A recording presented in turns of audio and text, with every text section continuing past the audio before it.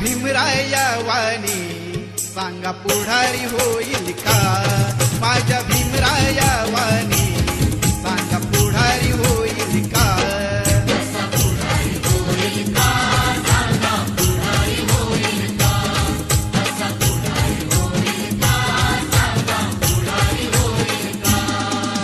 सुज्ञानाचा निर्मळ जरा भीमासारखा माणूस खरा जन्मा येईल का? माझ्या भीमराया वाणी सांगा पुढारी होईल का? माझ्या